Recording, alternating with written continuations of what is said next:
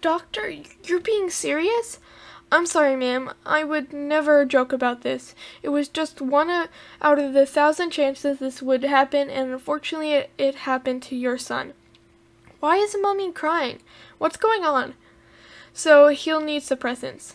Not yet. When he presents his second gender, which won't happen until about 13 at the youngest. Oh God, I just can't believe this happened. He'll be miserable.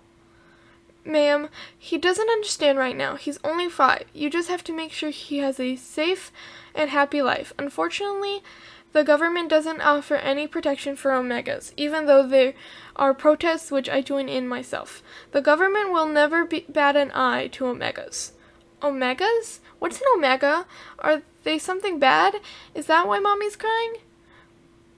There have never been any omegas in our family. I guess it really is one of those things. Even families that have only been alphas for generations can still have 0.1% chance of birthing an omega. Alphas? Veronica says she was an alpha, but I still don't know what that means. Come on, Lance. Time to go home, sweetie. Again, I'm truly sorry. Goodbye now.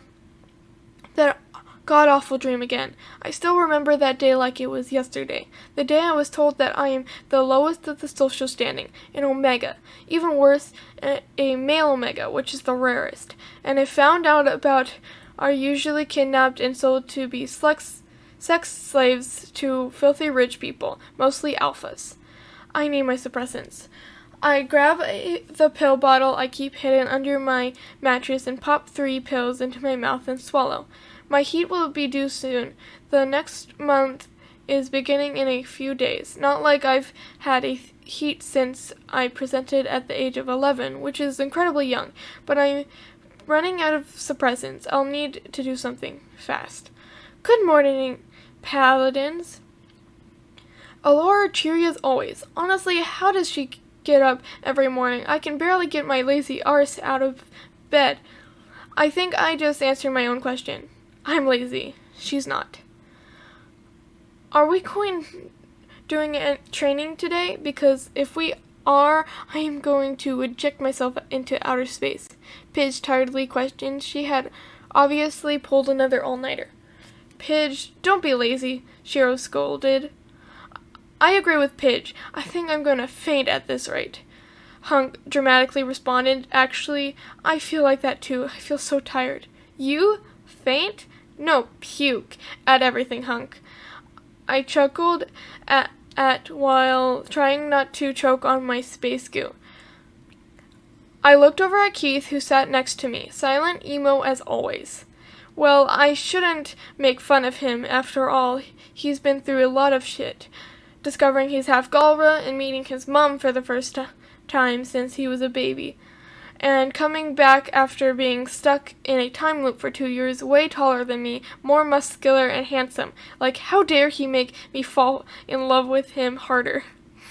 Not like he's ever loved someone like me, especially if he found out I was an omega. He despised me, everyone would. I'd be a bandit. Lance, you coming, buddy? Hunk asked. I noticed I was sitting at the table fiddling with my hands. Oh yeah, I'm coming. I followed Hunk to the training room where everyone else was. Now, we're not doing any training for a while. Yes! Please, praise Jesus! Pidge interrupted Alora. Pidge, stop being so loud. Shiro gently smacked Pidge's head. Sorry. Pidge sulked, rubbing her head. The training room is having some coding issues. I'd like Pidge and Hunk to help Corin to fix the problem. Alora briefly explained, well, at least we'll get some rest, and by me, some time. Well, at least it's not training, Hunk sighed in relief.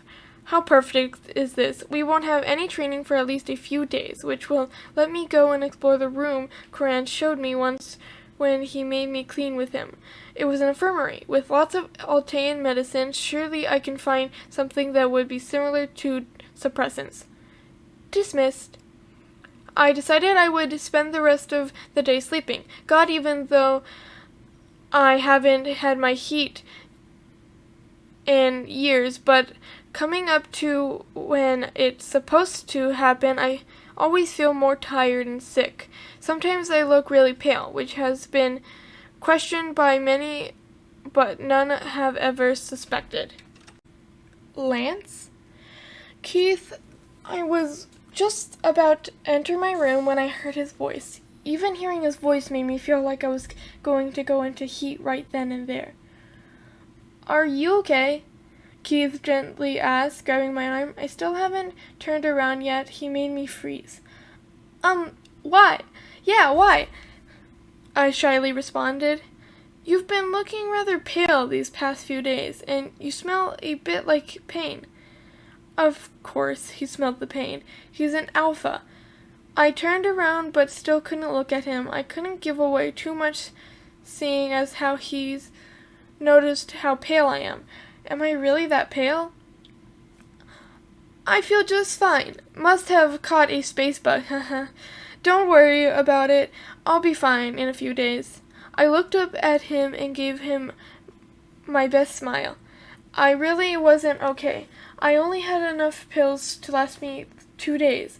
If all else fails, I could lock myself in my room, even though that would seem so obvious.